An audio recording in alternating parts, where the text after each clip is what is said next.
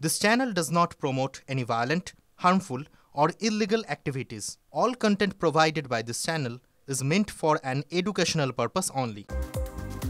মুর্শিদাবাদের কান্দিতে শিশুকে শ্লীলতাহানির অভিযোগ, গ্রেফতার টোটো চালক। স্কুল থেকে বাড়ি ফেরার সময় প্রথম শ্রেণীর ছাত্রীকে শ্লীলতাহানির অভিযোগ, অসুস্থ হয়ে পড়ে শিশু।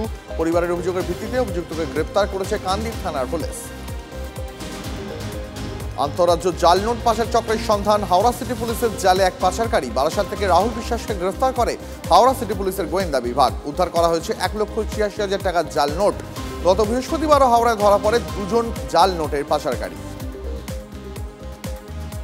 এটিএম ভেঙে টাকা লুট করার অভিযোগ। দাসপুর 2 নম্বর ব্লকের সোনাখালী এলাকায় ব্যাপক চাঞ্চল্য। সেন্ট্রাল কোঅপারেটিভ ব্যাংকের এটিএম ভেঙে টাকা লুট করার অভিযোগ।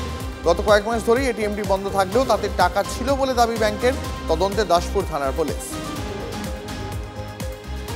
নিয়ন্ত্রণ হারিয়ে ইলেকট্রিক পোস্টে ধাক্কা যাত্রীবাহী বাসের। মালদার হবিবপুর থানার দেবীপুরের ঘটনা। উল্টো দিক থেকে আসা একটি লরির সঙ্গে সংঘর্ষ বাঁচাতে গিয়ে রাস্তার ধারের পোস্টে ধাক্কা মারে বাসটি। আহত 2 জন বাস যাত্রী। চালকের আসনে কল্যাণ বন্দ্যোপাধ্যায়, ছোটালেন অ্যাম্বুলেন্সও। উল্টো রথের দিন অন্য মেজাজে ধরা দিলেন শ্রীরামপুরের তৃণমূল সাংসদ। নিজের সাংসদ তহবিল থেকে শেওড়াফুলির একটি ক্লাবকে অ্যাম্বুলেন্স উপহার দিলেন কল্যাণ বন্দ্যোপাধ্যায়। সেই অ্যাম্বুলেন্সের উদ্বোধনেই ড্রাইভারের আসনে সাংসদ।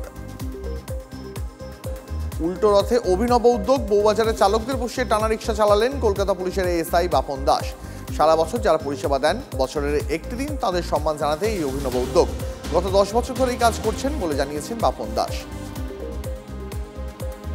বঙ্গ বিজেপির মাথায় শ্রমিক ভট্টাচার্য, তার সঙ্গে শনিবার দেখা করলেন চাকরিহারাদের প্রতিনিধি দল। স্মারকলিপি জমা দিলেন। ফের চাকরিতে পুনর্বহাল এবং পরীক্ষা বাতিলের দাবি নিয়ে সাক্ষাৎ। পিএফ সহ অন্যান্য সুবিধা থেকে বঞ্চনার অভিযোগ। কর্মবিরতিতে কিলকোট চা বাগানের শ্রমিকরা। তৃণমূল ছেড়ে আদিবাসী বিকাশ পরিষদের যোগদানের সিদ্ধান্ত। মজুরি ছাড়া আর কোনো সুবিধা মিলছে না, অভিযোগ শ্রমিকদের।